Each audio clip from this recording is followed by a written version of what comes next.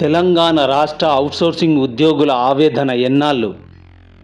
ప్రత్యేక తెలంగాణ రాష్ట్రం ఏర్పాటు అయినప్పటి నుండి నేటి వరకు మాకు న్యాయం చేస్తామని ప్రభుత్వాలు, ప్రజాప్రతినిధులు హామీలు ఇస్తున్నారే తప్ప ఏ ఒక్క ప్రభుత్వమైనా పట్టించుకుందా? మా అవుట్సోర్సింగ్ ఉద్యోగులపైన ఎందుకింత చిన్నచూపు?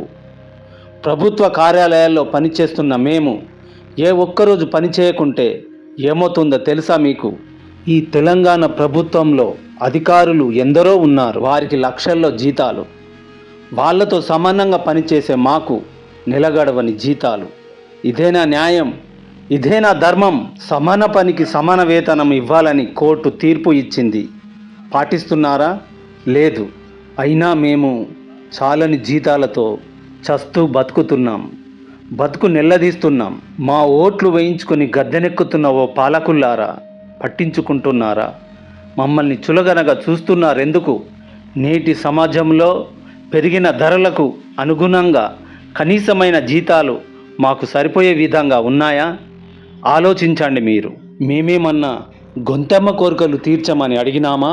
మాకు నెల నెల జీతాలు రాక అవస్థలు పడుతున్నాం కదా. మాకు ఒక కార్పొరేషన్ ఏర్పాటు చేసి మాకు జీతాలు ఇవ్వాలన్నాము.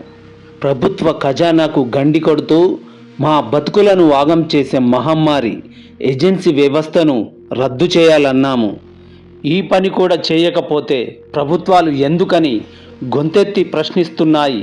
మా అవుట్సోర్సింగ్ లోకం ఏళ్ల తరబడి ఏడుస్తున్నాం. ఎన్నాళ్ళని మాకి రోదన?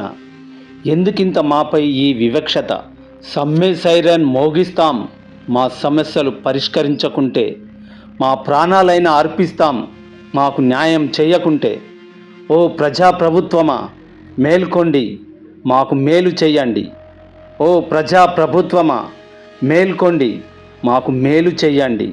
ఓ ప్రజాప్రభుత్వమా, మేల్కొండి, మాకు మేలు చేయండి. మీ తెలంగాణ అవుట్సోర్సింగ్ ఉద్యోగుల జేఏసీ.